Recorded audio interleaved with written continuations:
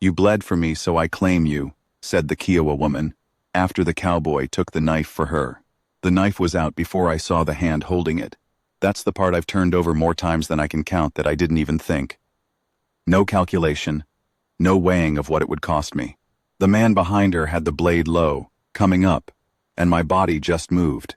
22 years of reading trouble before it bloomed into something I couldn't take back. I stepped in and felt the steel go into my side. The way you feel a brand first. There's the push of it, and then the heat comes slow, trailing after, like the pain is walking in on legs. I heard her gasp. Sharp and short, the way a person sounds when they've seen something they can't undo. Then the man was down. I don't fully remember that part either, just that my right hand had his collar and my left forearm had his throat against the wall of that trading post, and there was blood running along my belt line, warm as bathwater. He went slack. I let him go. He hit the floorboards and didn't get up, and two other men who'd been watching from the far end of the room turned and walked out the door without a word, which told me everything about what kind of men they were. I stood there, breathing. She was still standing where she'd been. A Kiowa woman, and I say that like it explains something, but it explains nothing, because she was unlike anyone I'd been near in my whole stupid life. She was maybe 40, maybe less, the way some people don't wear their years in a line on their face but all at once, and then not at all. She had a blanket drawn around her shoulders, dark red, and she was holding something in both hands, wrapped in cloth. I found out later it was medicine for a child in the camp, the whole reason she'd come down to the post, the whole reason those men had been at her. She looked at me. Not the way a person looks at a stranger who's just done them a service, like they're trying to decide how much they owe. She looked at me the way you look at something you're trying to understand from the beginning. I said something useful, like, "You should go," she said, in English that was careful and exact. "You are bleeding through your shirt." I looked down. Sure enough, my name is Calhoun. Holt Calhoun. I was 53 years old that autumn, and I had, at that point in my life, been shot twice, dragged by a horse once in a way that rearranged my left shoulder permanently, and buried a wife in Colorado 8 years prior, which was the wound that left the deepest mark and the one that healed the least clean. I had no particular enemies and no particular friends. I ran a small remuda operation buying half-broke horses in New Mexico, bringing them north to ranches that needed stock, and I was good at it. Not because I had a gift for horses especially, but because I had a gift for patience and a tolerance for silence that most men don't. I had been at the Birch Creek trading post to resupply before heading further north, 3 days out from the nearest town of any size. The post sat at the edge of a dry creek bed, owned by a man named Fendrich, who had a face like a dried plum, and who minded his business with a devotion I respected. The men who'd been at the woman there were 3 of them, plus the one I'd put down, were the kind of men who come to places like that post specifically because there's no law within a day's ride. I'd seen them when I came in. I'd read them the way you read weather. I knew what was building.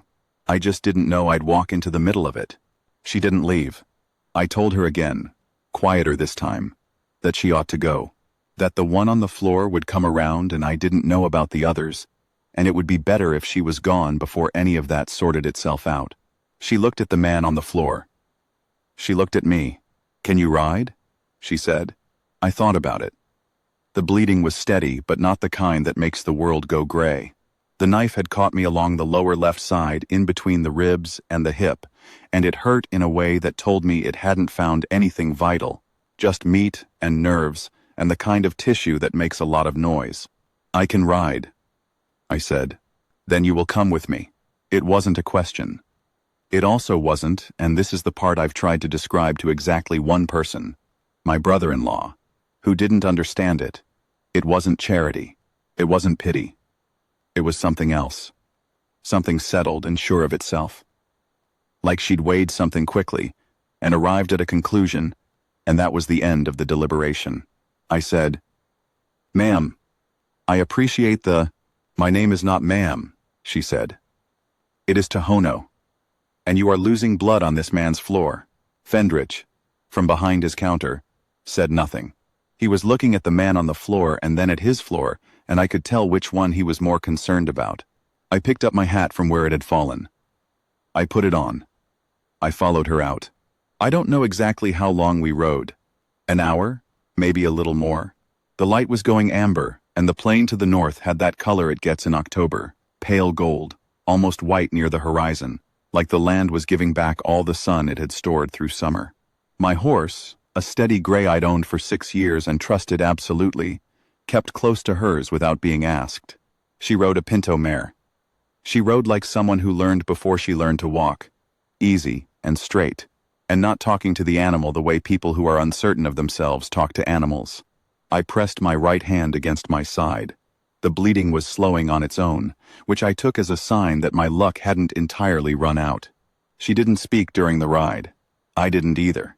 There was no awkwardness in it. Some people's silence fills with all the things they're not saying. Hers was just quiet.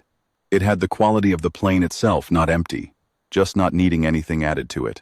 The camp was set in a shallow draw, sheltered from the wind, maybe 20 lodges. There were fires going, children, dogs, the sounds of an evening settling in. People looked at me as we came through, and then looked away in a way that told me she carried weight here, that if she was bringing me in, they weren't going to make an argument of it. She stopped at a lodge near the center, dismounted, handed her reins to a boy of about 10 who appeared without being called. She looked at me until I got down. I got down. It took more effort than I wanted to admit. Inside, she had me sit on a buffalo robe near the fire. She took the wrapped medicine she'd been carrying and set it aside. It, I understood now, had been the whole errand, the whole reason for the journey, and then she turned to me with no wasted motion and said, "Take off the shirt." I took off the shirt. She looked at the wound the way a person looks at something they've seen before. She didn't react. She brought water and a cloth, and she cleaned it without speaking. And her hands were steady, and not gentle, in a soft way. They were steady in a competent way, which was the kind I preferred. When she packed it and wrapped a piece of hide around my middle to hold the packing in place, she pulled it snug and tied it and said, "It will hurt tonight. Less tomorrow." "How do you know?" I said. "Because I have treated worse than this," she said, "and you are not old enough to be as brittle as you act." I didn't know what to say to that. I was quiet for a moment. She fed me. Meat from a pot, something with root vegetables, and I ate all of it, because I hadn't eaten since morning and because it was good. She ate across the fire from me, unhurried, and once the child from outside came in, a girl of about 7, her daughter. I understood from the way the child looked at her, and Tohono said something to the child in Kiowa, quiet, and the child looked at me with a frank and impartial curiosity that made me want to sit up straighter. "She wants to know your name," Tohono said.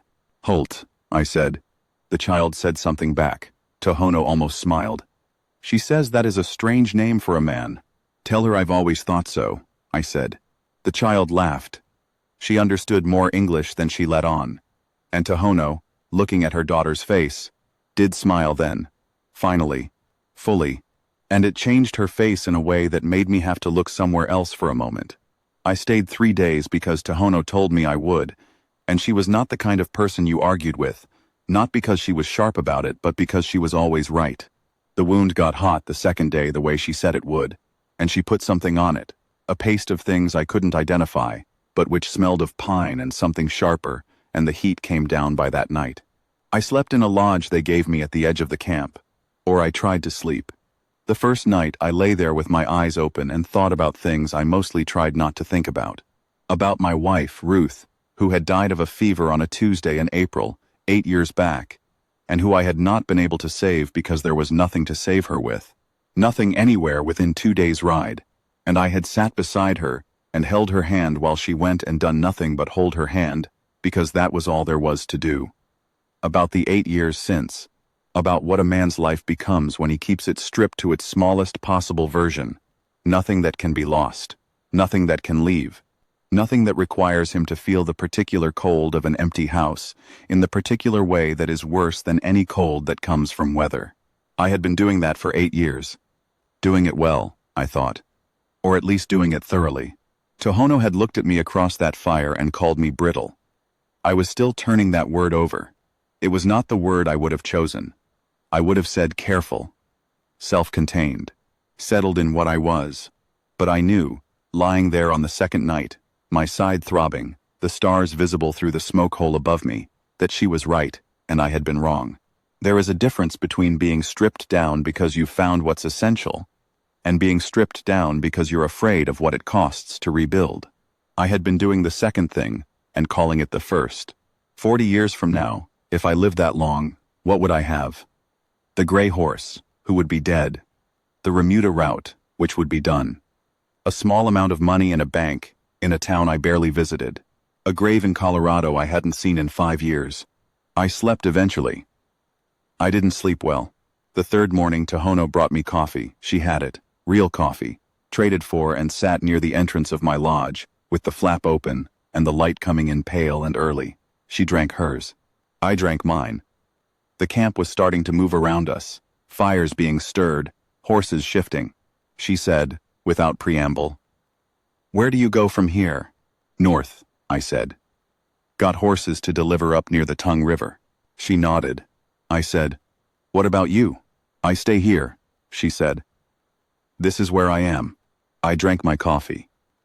Outside, her daughter ran past the opening with a dog chasing her, and the sound of her laughing went by like something thrown.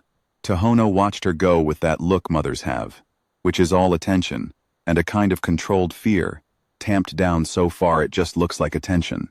I said, "Your husband." 3 years ago, she said. A sickness that came through. I said I was sorry. She looked at me a moment. "And yours?" I looked at my coffee. 8 years. Fever. She was quiet. Then she said, "Then you know." 2 words. And they did what 3 years worth of people trying to say the right thing to me had never done? They put it exactly right. Not sorry for your loss. Not she's in a better place. Not you'll find your way. Just, then you know. A door opened between one grief and another, and both of us on either side of it, and neither of us having to explain. I set my coffee cup down on the robe beside me. My chest felt strange. Not the wound that was lower. That was physical. This was the feeling of something coming back into a room it had left without your permission. I made to leave that afternoon. My horse was ready. My gear was packed. I'd thanked Fendrich's wife, who'd ridden out the first day to check on things. I'd said what I could to the men in the camp, who'd let me stay without complaint. I'd done everything that needed doing. Tohono walked out with me to where my horse stood. I checked the cinch. I didn't need to check the cinch. I checked it anyway. She was standing to my left, close enough that I could have reached out without moving my feet. I turned to say what a man says when he's leaving. "Thank you, ma'am. I owe you one." And what came out instead was nothing. My mouth opened, and nothing came. She looked at me. Those dark eyes. Straight on. The way she did everything. She said, "You bled for me without thinking. Before I was anything to you." I said, "Wasn't anything I thought about." "I know," she said. "That is what I mean." I didn't know what she meant. Not exactly. Or maybe I did know and I was slow about admitting it. She put her right hand flat on my chest, over the place where my jacket buttoned, and left it there. Not clutching, not pulling, just resting. Her eyes on mine. She said, "You are a man who does not know what he is worth." The plain beyond the camp was still and yellow bright in the afternoon sun, and I could hear horses somewhere, and the sound of her daughter's voice calling to someone, and the low steady wind out of the northwest that had been blowing for 3 days. And I stood there with her hand on my chest, and felt something crack open in me, the way ice cracks in March, not shattering, just giving way along a line that had been waiting. I said, "Tohono." She said, "I know you have horses to deliver." "I do." And after. It wasn't a question. It was what she said instead of asking me to come back, which she was too proud to ask, and which she knew I wouldn't need to be asked once I understood what she was saying. She was telling me that after was a real thing, that she would be here, that she had decided. I covered her hand with mine.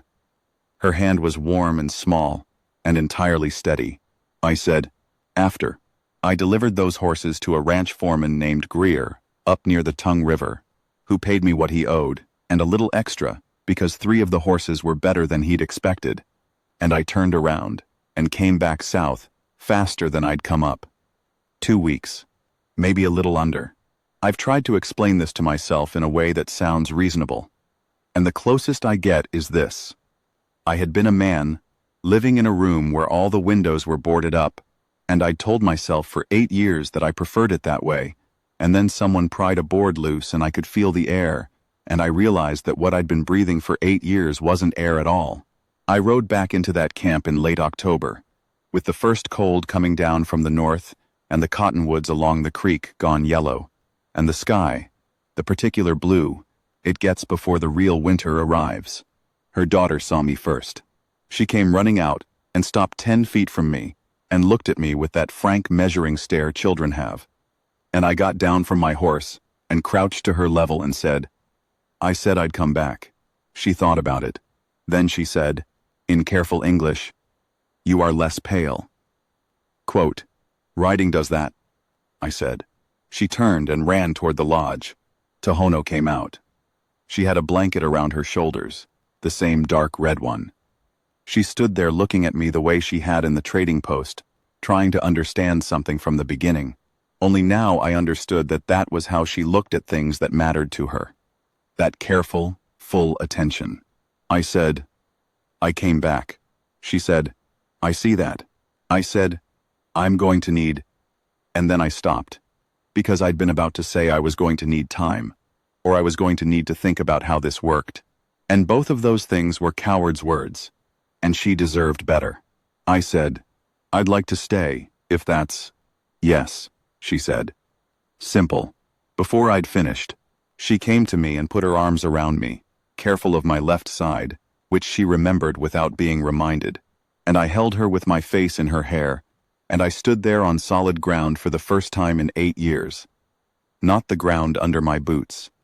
The other kind, she said quietly against my chest. "I told you that you do not know what you are worth." "You did," I said. "Now you will learn." That was 11 years ago. We are still in the same place, more or less a few miles from where that camp was, on a stretch of land we took legal title to in the way that was required by the time. And I won't pretend that was easy, or that the world made it easy, because it didn't. There were men who had opinions about what I was doing, and who I'd joined my life to. Some of those men expressed those opinions to my face, and I dealt with that. Others kept their opinions to places I couldn't reach, and I've learned to let that go, mostly. What I can tell you is this. Her daughter, our daughter, by the time she was 12, she'd started calling me that, and I didn't argue, is 22 now and has her mother's eyes and my stubbornness, which is a combination the world should probably be wary of. She teaches at a school 2 towns east. Comes home for winter. My wife, on most mornings, is up before I am. I wake to the sound of her moving in the other room, and the smell of coffee, and sometimes the sound of her talking to the horses through the window. She cracks open even in cold weather, because she says they like to hear a voice. I lie there for a few minutes in the way that a man lies still when he has a good thing, and he knows it, and he doesn't want to move through it too fast. I think about that afternoon at Birch Creek sometimes. The knife going in before I had time to decide. The strange grace of a body that knows something before the mind catches up. I think about what she said, standing there in the doorway of that lodge with her hand on my chest. "You are a man who does not know what he is worth." How plainly she said it. Not trying to flatter, not trying to persuade, just saying the thing that was true, the way she says all things that are true. I've thought about it enough that I almost believe it now. The lamp is burning low on the table beside the window. Outside, the last of the light is going behind the western ridge, the sky pink and deep blue, and then a shade of dark that isn't quite black. And through the window, I can hear one of the horses shift its weight. My wife is in the next room. Her voice comes through the wall, low and even, and she is talking to me. And the words don't matter so much as the sound of them. This is the room. All the boards off the windows. I'm still here.